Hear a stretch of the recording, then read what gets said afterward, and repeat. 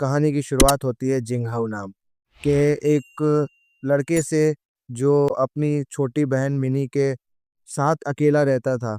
उसकी 6 साल की बहन के दिल में छेद था, जिस वजह से उसका इलाज चल रहा था। एक दिन मिनी को स्कूल छोड़कर जिंग हाउस के डॉक्टर से मिलने पहुंचा, तो डॉक्टर ने बताया कि उसकी बीमारी की वजह से उसे अक्सर सांस लेने में दिक्कत होती है। असल में जब मिनी छोटी थी तो उसकी माँ भी इसी बीमारी के कारण गुजर गई थी, और अब यही बीमारी मिनी को विरासत में मिली है उनकी माँ के बाद। जंग हाओ के पिता भी उन्हें छोड़ कर चले गए, और अब सारी जिम्मेदारी जिंग हाओ के कंधों पर आ गई। खैर, फिर डॉक्टर ने कहा कि जब मिनी 8 साल की हो जाएगी तो उसकी हालत और बिगड़ सकती है, इसीलिए उन्हें जल्द से जल्द ऑपरेशन करवा लेना चाहिए। मगर जिंग हाओ के पास इतने पैसे नहीं थे कि वो मिनी का ऑपरेशन करवा सके। वो बेचारा तो मोबाइल रिपेयर की छोटी सी दुकान चलाकर अपना गुजारा करता था। खैर, फिर रात को उसके दोस्त योंग ने उसे फोन करके एक वेयर हाउस में बुलाया। उसने जिंग हाओ को पुराने मोबाइल से भरे डिब्बों का एक पहाड़ दिखाया। उसने कहा कि यह सारा माल एक बिजनेसमैन का है जो अभी जेल में बंद है। अब योंग ने उसे सारा माल 1 लाख येन में बेचने का ऑफर दिया। वह जानता था कि जिंग हाओ खराब से खराब फोन भी रिपेयर कर सकता है, इसीलिए उसने जिंग हाओ को सलाह दी कि अगर वो इन सारे फंस को ठीक करके बेच दे तो वो लाखों का मुनाफा कमा सकता है। बजिंग हाउ ने उससे 2-4 फोन लिए और घर आकर उनके पार्ट्स चेक किए, मगर उनकी क्वालिटी उस हिसाब की नहीं थी। लेकिन फिर भी उसने अपनी जबरदस्त कारीगरी से सभी फंस को ठीक कर दिया। अब उसे एहसास हुआ कि इन फोनस को ठीक करके बेचने का बिजनेस बनाया जा सकता है, इसलिए उसने सारे फोन खरीदने का फैसला किया। उसने उसी दिन अपनी दुकान को गिरवी रखकर लोन अप्लाई कर दिया। फिर अगले दिन वह रात को अपना ठीक किया हुआ फोन बेचने के लिए इलेक्ट्रॉनिक सेल्स सेंटर में पहुंचा। उसकी कीमत सुनकर उसने सभी एप्स को बेचने का हिसाब लगाया, तो उसे लगभग 9 लाख येन का फायदा हो सकता है। इतने पैसों में तो वह अपनी बहन का इलाज करवा के एक आरामदायक जिंदगी भी बिता पाएगा। जल्दी उसने सारे एप्स खरीद लिए और उन्हें ठीक करने के काम में जुट गया। मगर 2 हफ्तों बाद सरकार ने नया कानून लागू किया, जिसके मुताबिक पुराने फंस को खरीदना बेचना अब से गैर कानूनी होगा। जब जिंग हाउ को ये खबर मिली तो उसके सारे सपने चकनाचूर हो गए, क्योंकि अब वो जल्द ही अपना बिजनेस शुरू करने वाला था। उसके पास अब इतने फौज का पहाड़ इकट्ठा हो चुका था कि उन्हें देखकर अब उसे समझ ही नहीं आ रहा था कि भाई इनसे छुटकारा कैसे पाऊं। आखिरकार उसने शाइनिंग इलेक्ट्रॉनिक्स कंपनी के ऑफिस में जाने का फैसला किया। ये वही कंपनी थी जिनके सिस जिंग हाओ ने खरीदे थे।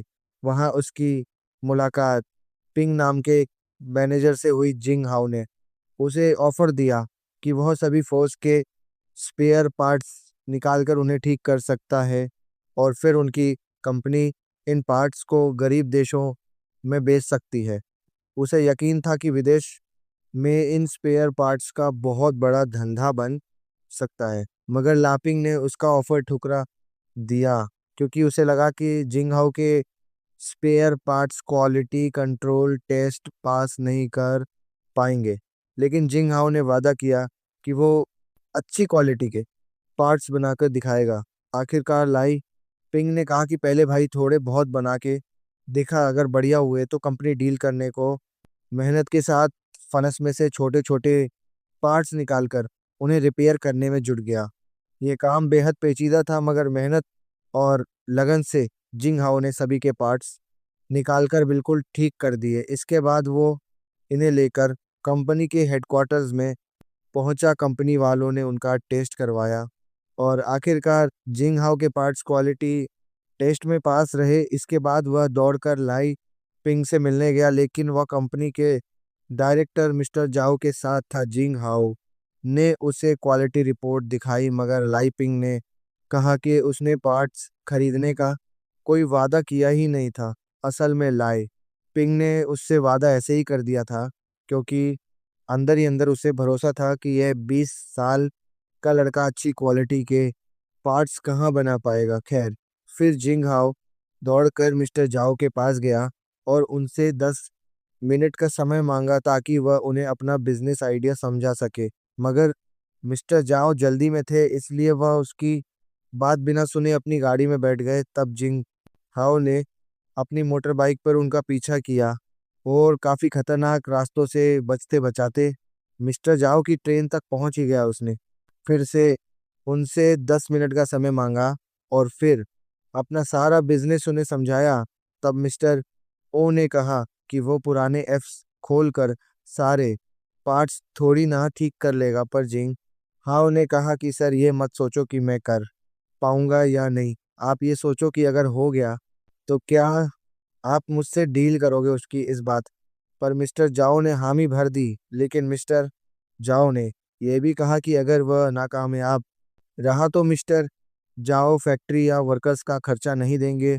इस काम में सारा खर्चा जिंगहाओ को ही करना होगा और बाद बाद में अगर डील हुई तब उसे इन चीज़ों के पैसे वापस मिल जाएंगे। मिस्टर साओ ने उसे कहा कि काम पूरा होने के बाद लाइपिंग से मिलना आकर। आखिरकार उनकी पूरी बात सुनकर जिंग हाओ ट्रेन से उतर गया। ये डील काफ़ी जोखिम भरी थी क्योंकि अगर वो कामयाब रहा तो करोड़पति बनेगा, लेकिन अगर वो ऐसा करने में नाकामयाब रहा तो उसकी सारी जिंदगी बर्बाद हो जाएगी। फिर तो सारी जिंदगी लोन ही उतारता रहेगा। बेचारा कुछ दिन बाद बैंक वालों ने उसकी दुकान भी जब्त कर ली क्योंकि वो कर्ज का पैसा लौटा नहीं पाया था। साथ ही उसे गुजारा करने के लिए अपनी बाइक तक बेचनी पड़ी। इसके बाद वो अपने दोस्त टिम से मिला क्योंकि अब उसे नौकरी की सख्त ज़रूरत थी। काफ़ी मेहनतों के बाद उसे बड़ी बिल्डिंग्स की खिड़कियों को साफ करने की नौकरी मिल ही गई। फिर अगली सुबह टिम और जिंग हाओ अपनी नई फैक्ट्री के लिए जगह ढूंढने निकले।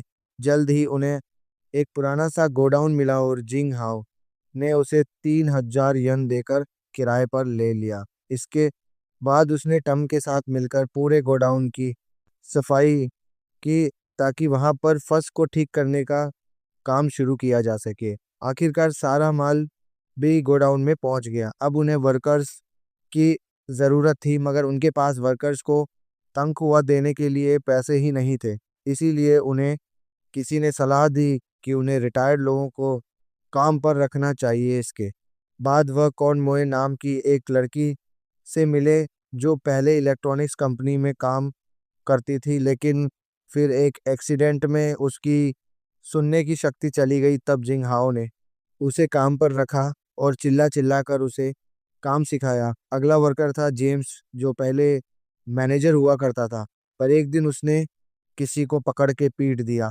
जिस वजह से उसे जेल जाना ना पड़ा।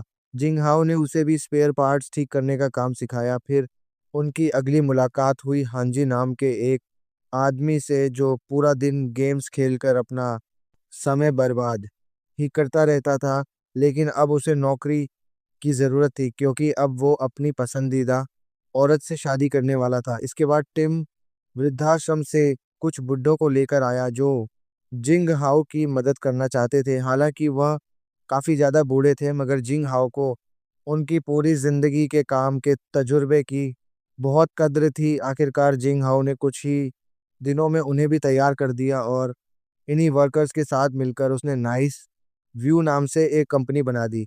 अब जिंग हाउ दिन भर खिड़कियां साफ करने का काम करता ताकि वह अपना गुजारा कर सके। उधर बिल्कुल भी पैसे नहीं बचे थे। उसे कैसे भी करके अपनी बहन के इलाज के लिए पैसे इकट्ठा करने थे, इसलिए उसने दिन भर मेहनत करके खिड़कियां साफ की और फिर रात को बेचारा फ़ोन के स्पेयर पार्ट्स ठीक करता था।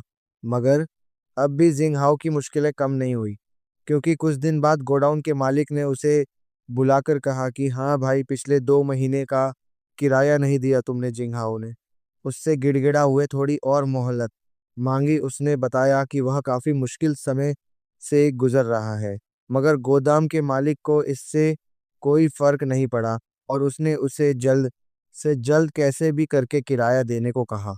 फिर एक दिन बहुत तेज तूफान आ रहा था और अचानक जिंग हाओ भीगता हुआ लाइपिंग की गाड़ी के सामने आ खड़ा हुआ। उसने लाइपिंग से 1 लाख येन की भीख मांगी क्योंकि उसे और कोई रास्ता दिखाई नहीं दे रहा था। मगर लाई पिंग ने इनकार कर दिया और कहा कि मिस्टर जाओ ने जिस तरह से डील की है वैसे ही काम होगा, ठीक है। और उसकी ये हालत देखकर तो मिस्टर जाओ भी उससे मिलना नहीं चाहेंगे। ये सुनकर जंग हाओ का दिल टूट गया। उसे कुछ समझ नहीं आ रहा था कि वो क्या करे।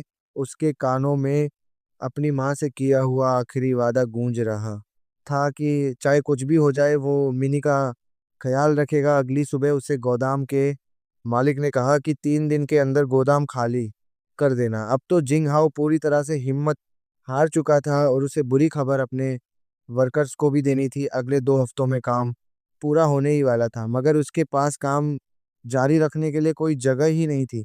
आखिरकार जिंग हाओ ने हार मान ली मगर तभी उसके वर्कर्स ने कहा कि वे अपना अपना काम घर से करने को तैयार हैं। वो जिंग हाओ को इस मुसीबत से अकेले गुजरने नहीं दे सकते क्योंकि अब वो सब सभी एक परिवार थे और परिवार में किसी को अकेला नहीं छोड़ा जाता। इसके बाद सभी वर्कर्स ने अपने घरों से काम किया और इधर जिंग हाओ ने भी दिन रात मेहनत की। एक रात मिनी ने उसका शुक्रिया अदा किया क्योंकि वो जानती थी कि जिंग हाओ इतनी मेहनत उसी के लिए। डिलीवरी का दिन आ गया और उन्होंने जो स्पेयर पार्ट्स ठीक किए थे वो सब टेस्टिंग के लिए चले गए। कुछ समय बाद जिंगा और उसके साथियों को कंपनी ऑफिस में मिस्टर जाओ से मिलने बुलाया गया। मिस्टर जाओ जिंग हाओ की मेहनत की तारीफ की और कहा कि टेस्ट में उनके स्पेयर पार्ट्स 87 पर क्वालिटी से पास हो गए हैं उसके काम से। खुश होकर मिस्टर जाओ ने जिंग हाओ को 2 साल का कॉन्ट्रैक्ट ऑफर दिया जिसके बदले में उसे 50 लाख येन मिलेंगे। आखिरकार जिंग हाओ की जीत और मेहनत रंग लाई। डील पक्की होने के बाद जिंगा और उसके साथियों ने नाच गाकर खुशी मनाई और बाद में उसने मिनी का इलाज भी करवाया। इसके 6 साल बाद हम देखते हैं कि जिंग की कंपनी नाइस व्यू ने तो नई ऊंचाइयों को छू लिया था और जिंग हाओ करोड़पति बन चुका था। इसके साथ ही उसके सभी साथी जिन्होंने बुरे वक्त में उसका साथ दिया वह भी अमीर हो गए।